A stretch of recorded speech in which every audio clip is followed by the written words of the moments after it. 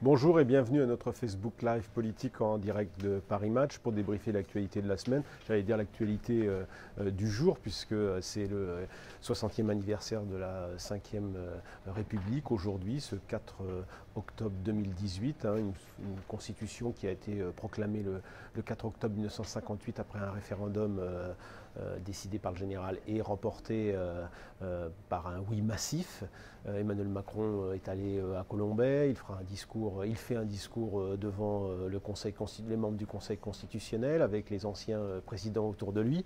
Alors j'ai envie de commencer cette chronique en rappelant le titre d'un livre d'Édouard Balladur, Laissons De Gaulle en paix. C'était une sorte de cri du cœur de l'ancien Premier ministre, lassé par les discours récurrents et nostalgiques de ses compagnons du RPR qui invoquaient en permanence les mannes du général. Et c'est vrai que la figure du fondateur est toujours invoquée par tous ceux qui lui ont succédé. C'est évidemment le cas d'Emmanuel Macron qui est allé mettre ses pas dans ceux du général à la Boisserie et au Mémorial. Peut-on comparer la figure du général de Gaulle à Emmanuel Macron? Est-ce pertinent?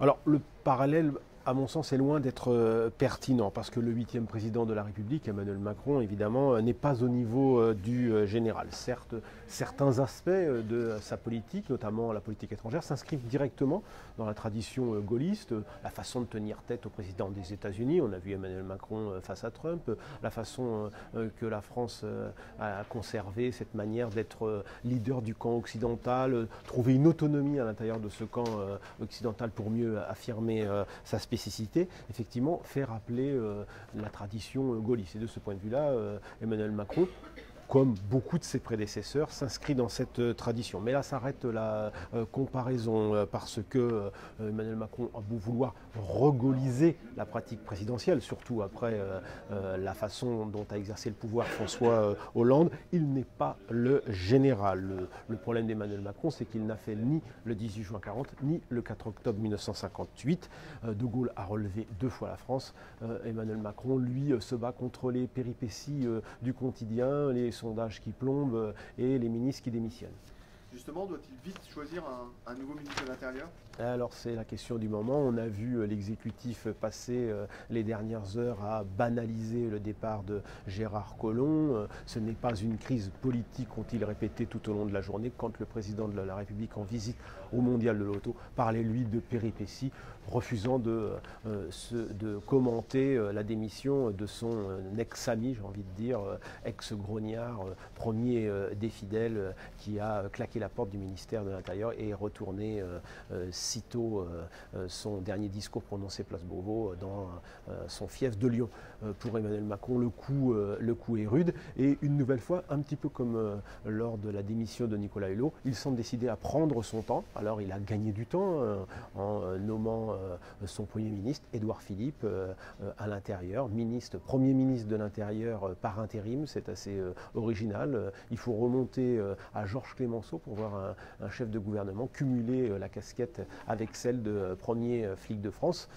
Ça inscrit évidemment Édouard Philippe dans les pas d'un autre illustre personnage de la République, mais surtout ça montre que Emmanuel Macron n'a pas beaucoup de cartes en réserve. Il n'y a pas grand monde sur le banc de touche de la Macronie et on voit aucun nom véritablement s'imposer.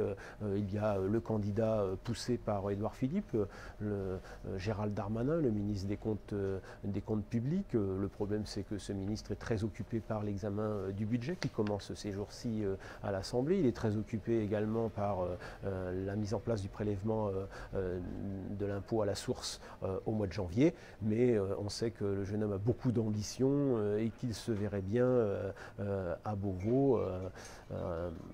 Pas sûr que Emmanuel Macron ait envie de faire confiance à un Sarkozy sur un poste aussi sensible. Après, il y a l'inévitable Christophe Castaner, le couteau suisse du gouvernement, le fidèle du président. Là encore, il coche la case du fidèle. A-t-il l'étoffe d'un ministre de l'Intérieur? C'est toute la question que se posent beaucoup des visiteurs du président de la République. Après, il y a une série de noms qui sont plutôt dans des profils techniques et peut-être s'oriente-t-on vers un profil de spécialiste. Ça a réussi sur certains postes.